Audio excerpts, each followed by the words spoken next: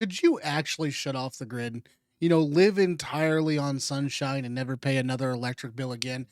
The honest answer is yes, but only if your solar system battery, your storage, your home location, and your daily habits are designed to work together. Living 100% on solar is not as simple as covering a roof with panels and hoping for the best. Them panels, they produce electricity and only when the sunlight reaches them. While your home needs power at night and during storms, through winter, and whenever several appliances run at once, a true solar powered lifestyle depends on four things: generation, storage, efficiency, and backup planning. First, understand how much electricity you actually use.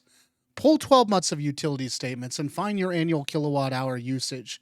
Then identify seasonal spikes caused by air conditioning, electric heat, water heating, dryers, well pumps, shop tools, or electric vehicle charging. And your average daily use matters, but your worst month matters more because an off grid system must survive difficult periods, not just the sunny ones. A home averaging 30 kilowatt hours per day may use 50 or 60 during extreme weather. Size the system around the average, and you could still run out of stored power when you need it most. Solar panels are rated under ideal laboratory conditions, but real production changes throughout the day and year. Roof angles, direction, shade, clouds, snow, the dirt, temperatures, and local daylight hours all affect that output. So a 10 kilowatt array, 10 kilowatt hour array does not continuously deliver 10 kilowatts. It may approach the level briefly under excellent condition, but daily production is measured in kilowatt hours. The same array can generate far more energy on a clear summer day than during a cloudy winter day. This seasonal difference is one of the biggest challenges. Summer may provide more electricity than you can use, while winter brings shorter days, lower sun angles, snow cover, and gloomy weather.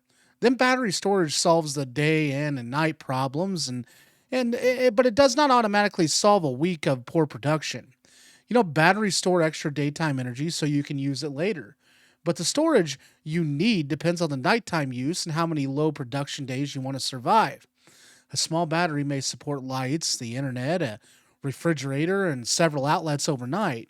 A larger bank can run air conditioning, cooking equipment, pumps, and electronics, and but the capacity becomes expensive quickly. You also cannot treat the advertised battery as fully usable energy. Battery management systems preserve a safety reserve. While cold temperatures, high discharge rates, the age, the conversion losses reduce the practical performance. And the inverter is another critical component. Panels in most battery produce direct current. And while normal household devices use alternating current, in the inverter, it converts that power and limits how much it can be delivered at once.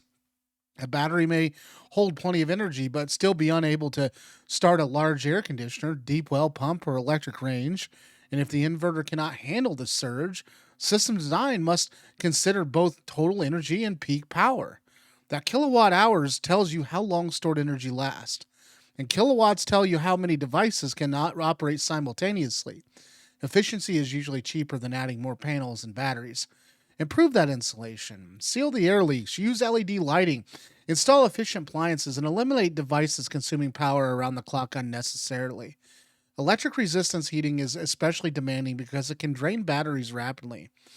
A high efficiency heating pump can provide much more heat from the same electricity, though the performance varies with outdoor temperatures. That heat pump water heater can also reduce that consumption compared with that standard electric tanks. I have got some tongue twisters today. It's been one of them days too. But them pump water heaters, man, they can consume quite a bit, and cooking matters too. Induction is efficient, but it can pull substantial power while operating. In many off-grid homes, they use propane, wood, or another fuel for cooking, water heating, or emergency heat because electrifying everything greatly increases that solar and battery requirements. They raise an important question. What does 100% solar mean to you? Do you want all the electricity to come from solar while still using fuel for heat or cooking? Or do you want to run the entire property, including transportation and heating, powered only by a solar generated electricity? Those goals require very different systems. A small, efficient cabin can operate on a modest setup. A large home with a Electric heat, multiple air conditioners, a hot tub, and an electric vehicle in a workshop may require a massive and costly system.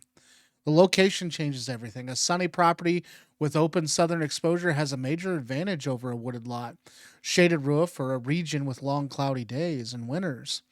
Ground mounted panels can outperform them rooftop systems because they can be positioned at better angles, kept away from the shade, and cleaned more easily.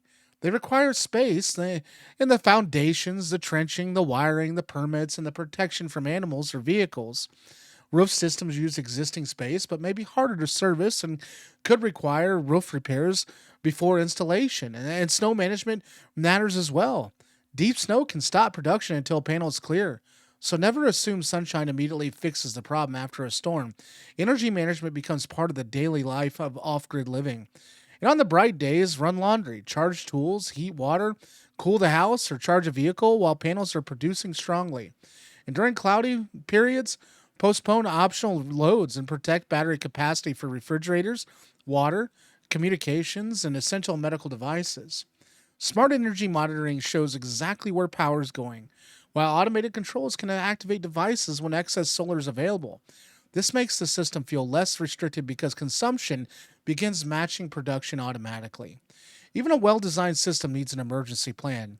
Some owners use a generator during prolonged bad weather, maintenance, and equipment failures, and unusual demand. A generator does not mean solar failure. It may be cheaper than buying enough batteries to survive every possible weather pattern.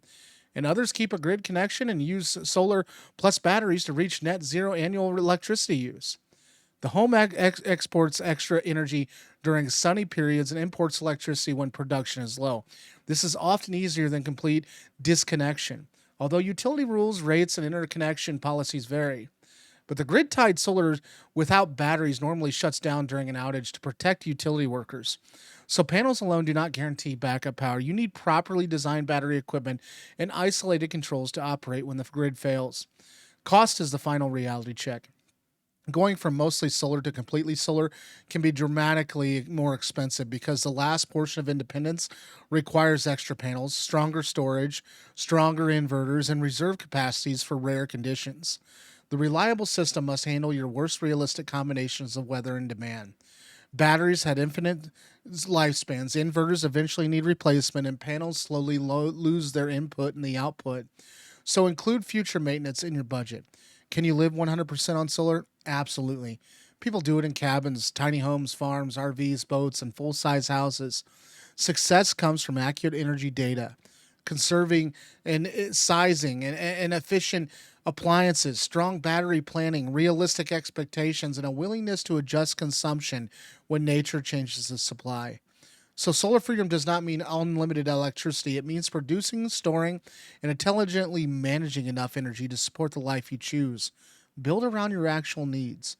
Prepare for the worst season, and the sun can power far more of your life than most people realize. Thanks for watching. If you found value in today's video, please subscribe, and we will check you guys tomorrow on the next one. Have a good day. Bye bye.